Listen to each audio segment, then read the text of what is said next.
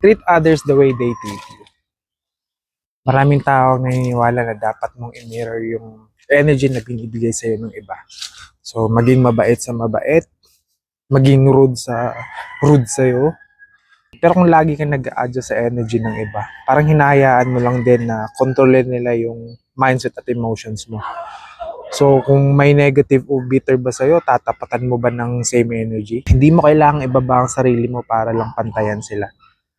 Kasi sabi nga ng psychology, ang pag-maintain ng positive mindset kahit may negativity sa paligid ay makakabuti siya sa mental well-being mo.